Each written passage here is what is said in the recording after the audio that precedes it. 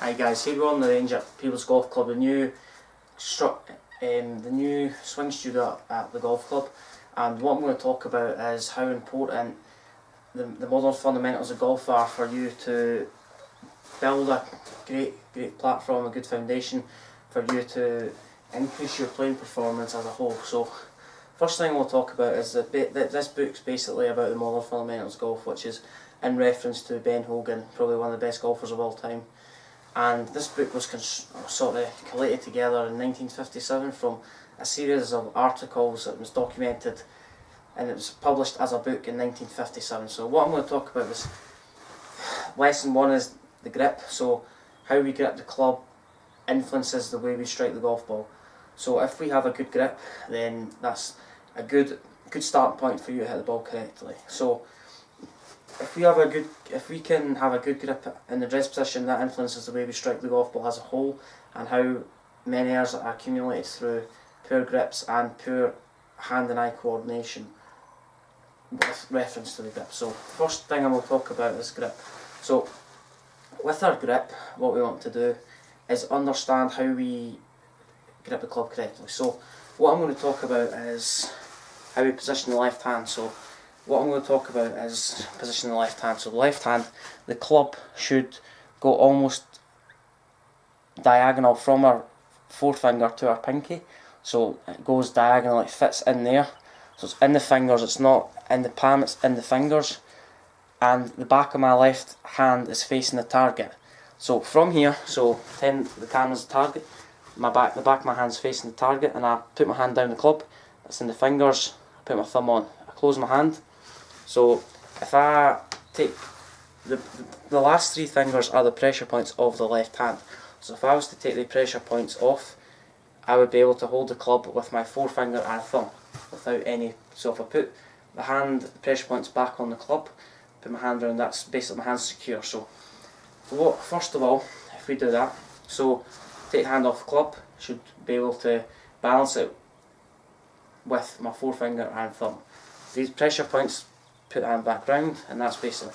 So thumb down the grip, I should see 2 or 3 knuckles on my left hand. Right hand, we're focusing on the right hand now, so the right hand. So what I'm going to talk about is the right hand position. So the right hand should go over the left thumb, so I can't see any of the left thumb at all. And the V, so I make a V, if I look down this camera angle, I make a V between forefinger and thumb. That should point to my chin, so my hand's secured on the club.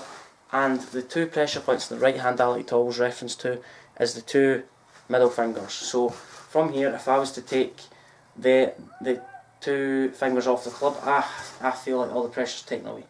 I put my hand's on the club, my fingers back on the club, I feel like I'm in a good position. Another thing that I'm going to talk about is introducing a waggle in your swing.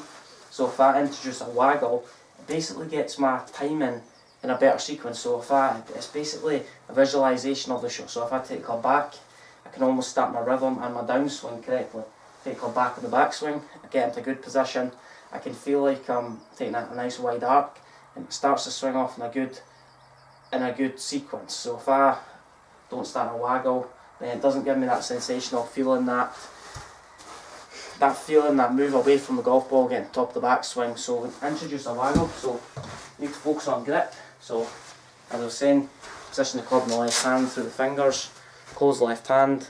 If I was to take three pressure points away from the 3 fingers, pressure points away from the grip, just be able to balance it on my forefinger and thumb. Then close left hand, as explained, right hand on club. If I place the right hand on correctly, I can't see my left thumb, and I should be able to have a pincher action between my forefinger and thumb, press that down, hook my finger around the grip, and that keeps me in constant pressure. So if we get this waggle, that'll be able to get into that sensation of feeling like we're introducing a waggle, and it's understanding how we have the correct mechanics in the swing to hit the ball correctly. So grip, then hit the ball, introduce a waggle, gets my swing off in the correct sequence.